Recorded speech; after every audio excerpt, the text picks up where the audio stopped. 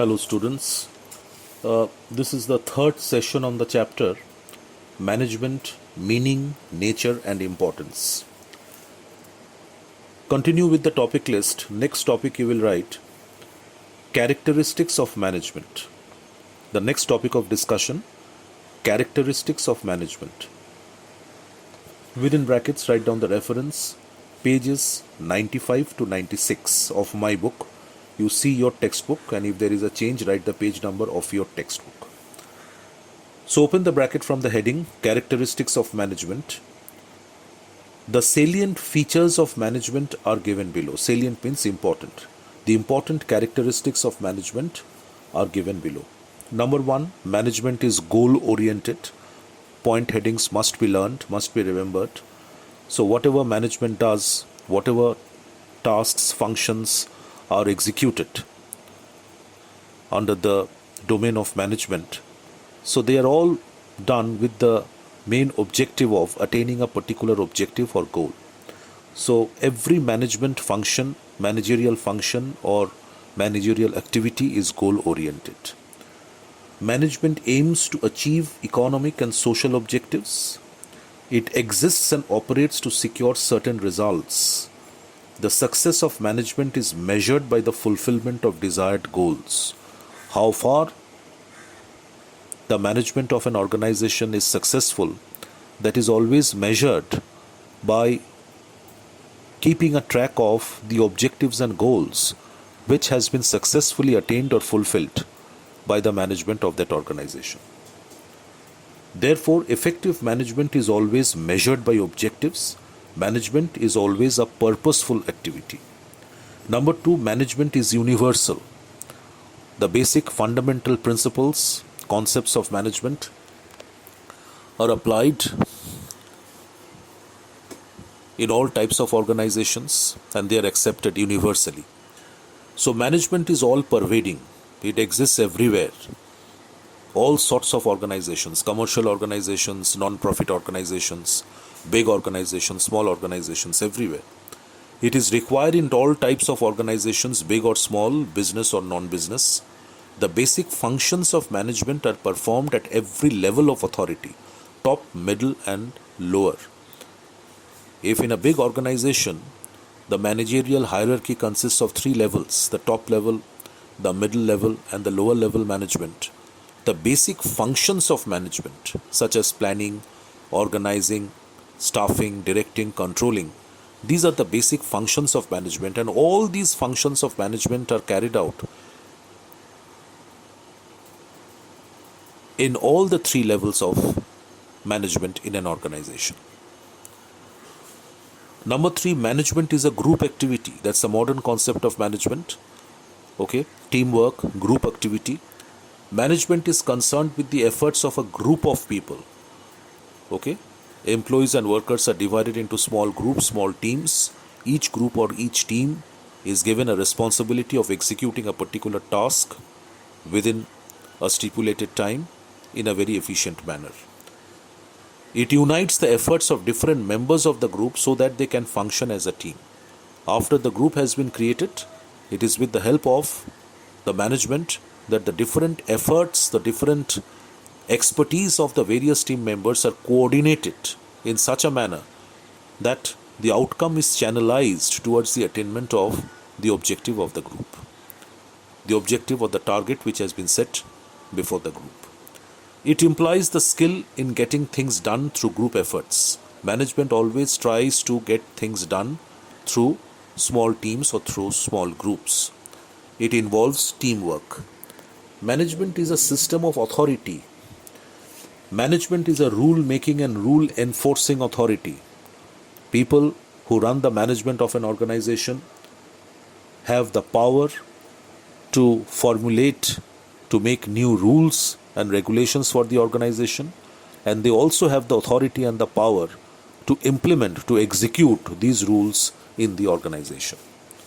So management is a rule-making and rule-enforcing authority. There is a chain of authority among people working at different levels of the organization. Efficient management is impossible without well-defined lines of command or superior subordinate relationships at every levels of decision making. So this sentence is very important, which is saying that efficient management in an organization becomes almost impossible if there is no clear superior subordinate relationship in the organizational hierarchy. Okay, it will be possible only for the managers to formulate rules and implement them properly in the organization when the organizational hierarchy defines the superior subordinate relationship very clearly at every level of decision making. Then number 5, management is a social process as well. Management involves getting things done with and through people. In order to achieve the desired results, a manager has to direct, regulate and coordinate the efforts of human beings. Human factor is an important and indispensable part of management. So management, the main task of management is to get things done through the subordinates in the most effective and efficient manner. So therefore, management has to continuously interact with different groups of people in the organization and even outside the organization. So therefore, management becomes a social process. In order to achieve the desired results, the goals of the organization, a manager has to continuously direct, instruct, suggest, guide, regulate and coordinate the efforts of his subordinates. So human factor is a very important and indispensable part of management. Number 6, management is a dynamic function. The way a manager carries out his tasks and responsibilities may change over a period of time as the other factors and other forces within and outside the organization keep on changing. So management is performed continuously so as to mold the policies and practices of the organization according to changes in the environment. Managers should perform their responsibilities continuously in such a manner so that whenever required, the policies and practices of the organization can be changed a bit, can be molded according to the changes taking place in the organization. Managers should also try to modify the environment in order to ensure the success of the enterprise, that is, if possible. Therefore, management is a never-ending function. Number 7, management is both an art and a science. Please mark this point important. Management can be regarded as an art as well as a science. Why management is an art, or first of all, why management is a science? It is a science because it contains certain well-defined principles having universal applications. Okay, management has been developed upon certain well-defined principles which have universal application, which can be applied everywhere in the world with the same results. But the results of management depend upon the personal skills of the managers, and in this sense, management is an art. Okay, so management is obviously developed upon certain well-defined rules, principles, concepts, techniques, having universal applications and validity. So in that sense, management is a science.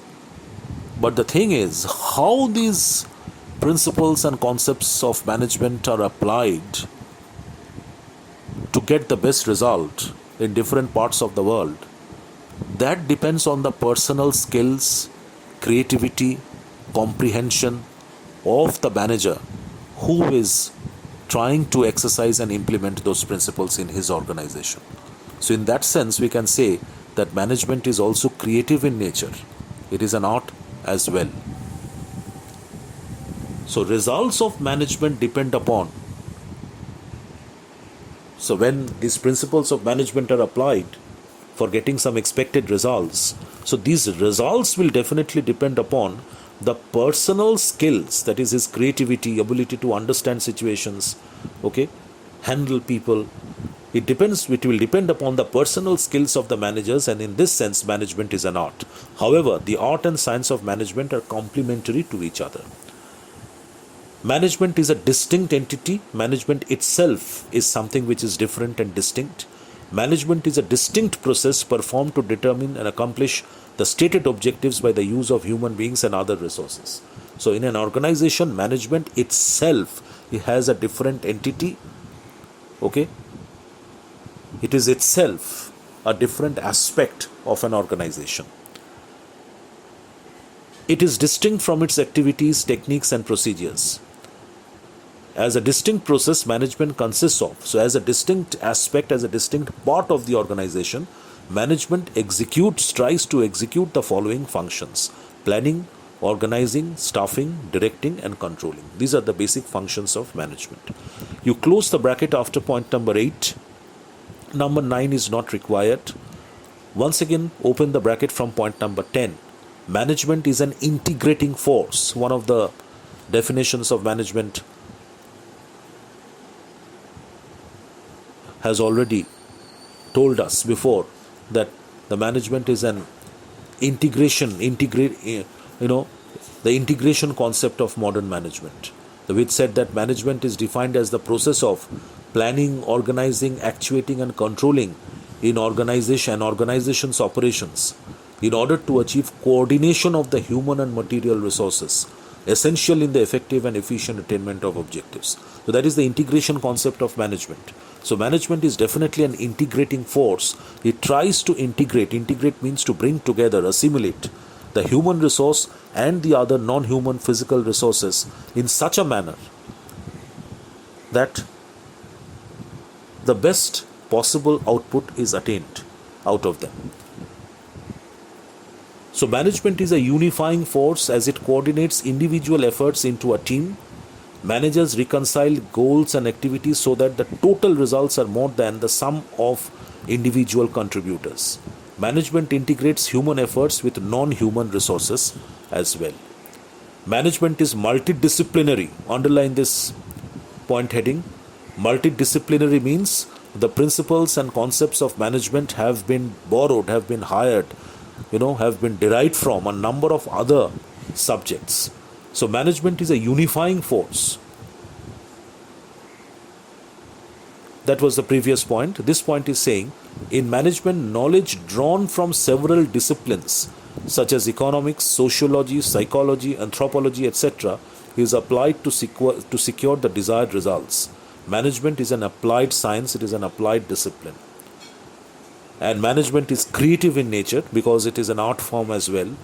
Management makes things happen which would not have otherwise happened. It activates all other resources and makes them productive. Without management, resources remain resources and can never become output. That's a very important sentence, that management is creative.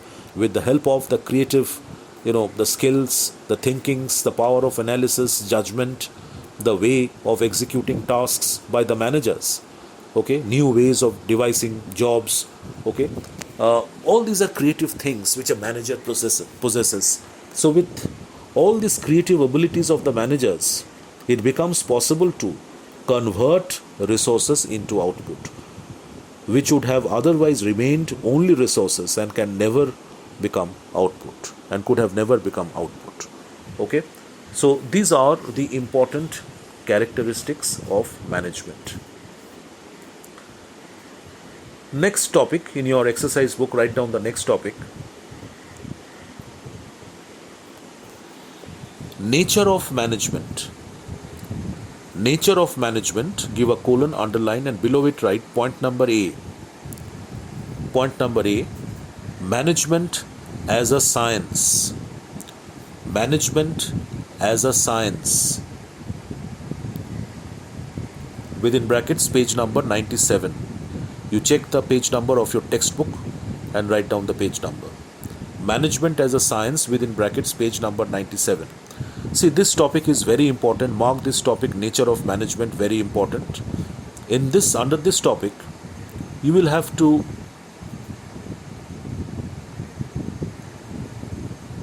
justify management from 3 different points of view. First of all, you will have to prove that management is a science. You have to justify by giving proper reasons that management can be regarded as a science. Then, justification of management as an art. By giving proper reasons, you will have to justify and prove that management is an art as well. And last of all, you will have to establish that management as a profession by giving proper reasons. So management as a science, management as an art, and management as a profession. So first of all, let us discuss that why management can be regarded as a science. You can get a question like this, that explain why management can be regarded as a science. 4 marks. So therefore you have to write those reasons which will establish the fact that management is a science. So when you are writing such an answer, first of all, you will first write down the general characteristics of science. That in order to be science, in order to be held as science, a subject must possess these following characteristics. And then you will try to relate each of these characteristics with management in separate paragraphs, justifying or establishing that this particular characteristic is present in management also. Management satisfies this particular characteristic as well, and therefore, since management satisfies all the basic characteristics of science, we can conclude that management is a science. So this is the way you'll have to develop the answer. So management as a science, open the bracket from the heading management as a science and underline it. Science means a systematized body of knowledge. First, give the general definition of science. Science means a systematized body of knowledge which can be acquired through observation and experimentation. It consists of universally accepted principles which establish relationship between causes and their effects. So, in order to be science, a subject must be developed, must comprise a systematized body of knowledge which has been acquired through continuous observation and experimentation. And every science subject, the principles and the rules, the laws of every science subject are universally accepted. And these principles always try to explain the relationship between causes and their effects. So that is what a science subject is. Now the essential characteristics or the common characteristics of every science subject are: number 1, it is a systematized body of knowledge. Number 2, it consists of principles based on observations and experiments. Number 3, it explains the causes and their effects. And number 4, it has got universal validity of principles. So now next paragraph you will write, management can be regarded as a science because of the following. Next paragraph you will write this sentence, management can be regarded as a science because of the following, and then you give a colon. Next, point number 1, point headings are important. Systematized body of knowledge. Management comprises a systematized body of knowledge in the form of the basic principles and concepts. This subject, this discipline, management, has been developed upon a number of fundamental principles and concepts. So therefore, it satisfies this characteristic of science. It is a systematized body of knowledge developed upon well-defined, specific principles and concepts. Number 2, observations and experiments. Management knowledge has been built up, has been developed through continued observations and experiments. Management experts and practitioners have developed the knowledge after careful analysis, inquiry, and experience. So like any other science subject, the fundamental principles, rules, and concepts of management have been developed through continuous observations and experimentations by the management experts and practitioners. And they have very carefully developed these principles of management through proper analysis, inquiry, observation, and through their long experience in the industry. The principles of management make use of scientific methods of observation and analysis. The methods of observation used in management are not completely objective because management deals with human beings whose behavior cannot be scientifically predicted. However, the methods of observation which are used in management, are not completely objective. That is, the principle of management may not always give you the result as 2 + 2 = 4. It is because that the management principles have been developed. The observations, the experimentations have been done on human behavior, not on chemicals, not on plants, or not on any other stuff, not on machines. Here, the experimentation and observation have been carried out by the management practitioners and experts over a number of years on how human beings, workers, employees perform their jobs in the organization. By studying their behavior, attitude, the way they perform their job, in which conditions they work better, in which conditions they don't work better, what can be done to improve their performance. So through continuous experience and observation of all these things, the management principles have been developed over a number of years. So therefore, management principles are not completely objective. They have subjective elements as well in them, because human behavior cannot be scientifically predicted. The way a particular human being behaves today, he may not behave in the same situation, in the same surroundings, having the same environment tomorrow. He may behave in a different manner within the same environment tomorrow. So human behavior cannot be predicted with perfect accuracy. So number 3, cause and effect relationship. Principles of management establish a cause and effect relationship between various factors. For example, dual subordination leads to confusion. So within the framework of a commercial organization, principles of management tries to explain the relationship between cause and effect, that if this is an incident, then invariably this will be the result or effect. So like one example is given, that dual subordination leads to confusion. Like if two managers have the same set of subordinates, it will create a lot of confusion for the subordinates. Universal validity of principles, and all the basic fundamental principles of management are universally tested, validated and accepted. Scientific principles represent basic truths. These principles have universal validity and applications. Fundamental principles of management are also universally applicable. Their results can be tested and verified anywhere in the world. So close the bracket after this point number 4. So after this you can write a concluding line, a paragraph, that since management satisfies all the main characteristics of science, all the essential features of science, we can therefore conclude that management is a science as well. So I'll conclude this session over here. In my next session, I'll be starting with the explanation of management as an art. Goodbye.